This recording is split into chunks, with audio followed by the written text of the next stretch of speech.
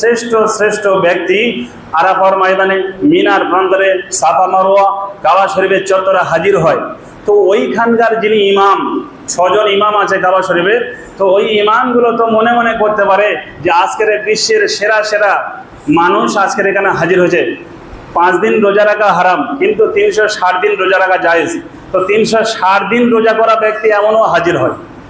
তো কাবা শরীফ ইমাম তো তাদেরকে নিয়ে একটু সম্মিলিত মোনাজাত করতে পারে, কিন্তু করে না।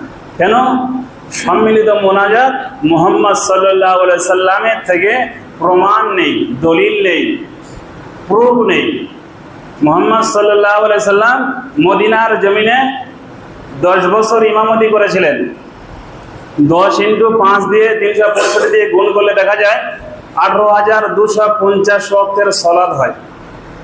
আর সাহাবায়ে কেরামরা 30 বছর কিছু কম বেশি নামাজ পড়েছিলেন।